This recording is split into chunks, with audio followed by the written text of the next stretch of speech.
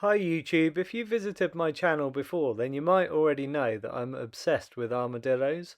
I actually keep a couple of species as pets. So I keep a species called the three-banded armadillo, which rolls into a ball, and I keep another species called the nine-banded armadillo, which is what I'm going to be making in this video.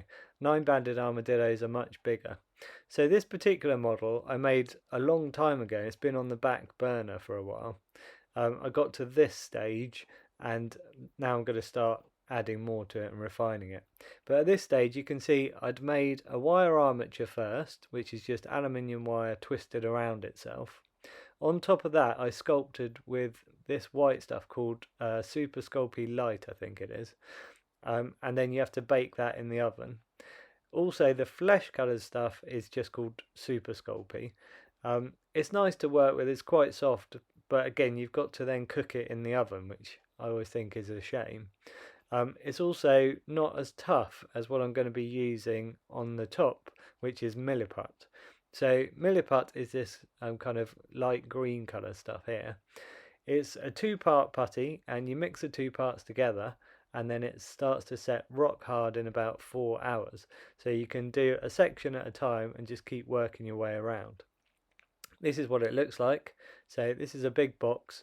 Normally they just come in these smaller boxes, and within this you've got two sticks just kind of wrapped in a sort of cellophane wrappers. And these are the two bits that you've got to mix together in equal parts. So you could just unwrap both of these and mix the whole lot together in one go. Depends how much of your model you're going to be sculpting. Obviously if you're doing a smaller area you might want to just break off similar sized chunks, mix them together. Takes a little bit of mixing, but then it's nice and soft at first. You can add it on. So all of these wrinkles and things, I just put a layer of the Milliput over the top and then I pressed into it with modelling tools to get all the creases. Same on the back here for the tail. I've just started building up the scales on the tail. They're just pressed into the Milliput with a little thin screwdriver. But this is as far as I've got so far. What I've got to do now is start building up Milliput over the shell and start adding kind of rows of scales all the way across. There's going to be quite a lot of detail in this particular model. So now I keep these as pets, I decided to have a look at mine, and I could see that the shell extends quite a bit further forward at the front here. So I've just added an extra section on. You can see I've put Milliput over the arms as well, and again pressed into this with a thin modelling tool to start the creases. I've just put one claw at the front at the moment, but obviously there are more toes to add in. I then went around the rest of the tail and I did a very thin layer of Milliput all the way over, and then again I pressed into this with a thin screwdriver, and that's just made all the scale texture for the tail. That took quite a long time, obviously working in rows. So again you can kind of just make a mark for each row and then build the scales in it. I'm going to go over the whole of this shell again to kind of thicken it up.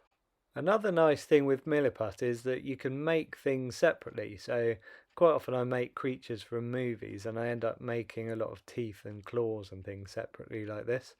Just leave them on a piece of aluminium foil to kind of harden, and then they peel off quite nicely.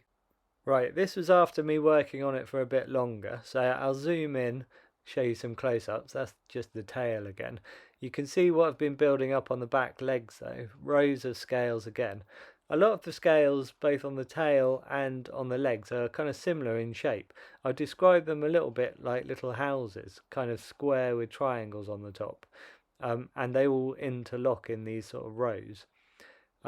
In the front here, it doesn't look like I've done anything, but if you look where the sort of shoulders are inside, you can see these kind of two padded areas with a lot of wrinkles on. Again, I looked at my actual armadillos and I could see that that's what they had, so I've added those in. That works quite nicely. You can see it's right in there. Look, there's a bump on both sides. Okay, the actual shell, I've added quite a bit more to this. I've thickened it all up and I've sanded it so it's nice and smooth, ready for scales to go on the top. At the front I've got a kind of a bulge which I've left there, and it's where the kind of elbow and upper arm go under the shell. It kind of sticks out like a bulge. That works quite well, I think. You can see at the moment as well when I stand him up that he's a bit front heavy, so he kind of rocks forward onto his front claws, which he shouldn't do. He should have his tail more on the ground. Okay, this is the next stage, and you can see I've done a lot more by now. So I've added the feet and I've put the claws into that. Front feet as well with all the claws. I may refine the claws some more, but they're looking alright so far. A lot more wrinkles on the sort of insides of the hands. I'm going to add scales on the top of the hands and also scales on the top of the feet, but I'll come to those later. With the head, I made a couple of eyes just by making balls, and I stuck those on initially with super glue, and then I've just gone around to make these kind of eyelids basically out of Milliput. I've done the top of the head, which I pressed out at first on a bit of aluminium foil, so it was nice and flat, and then I curved it again just by pressing into all of the flat surface using a small screwdriver. You can see here I've done the front of the nose. I actually end up sawing off this nose because I think it's too big, but that was my first attempt. The whole kind of front edge of the nose is not sort of long enough either, so yeah, I end up sawing that off. I've been using this roll of sandpaper to kind of rest him on while I'm working. It just gives me two hands free to work on it. Have I mentioned that I'm using Milliput? So this was the start of the bit that I was dreading, which was all the scales on the back of his shell. They're actually called scoots, but you get the idea. So in here, I started pressing all of these to get the shape of the scales. On the 3-banded armadillo that I made before, I was actually sculpting each scale individually, and each row took me about 4 hours on the other one. So I wanted it to be quicker. So I got these really cheap plastic pink tools that actually my son gave me. I've got loads of really expensive like stainless steel modelling tools and things, but actually it turned out that this one that my son gave me was the one for the job. So here you can see I could press in, and by pressing quite firmly it kind of went right into the edge of each line that I'd drawn, and that made it look like it was kind of indented in.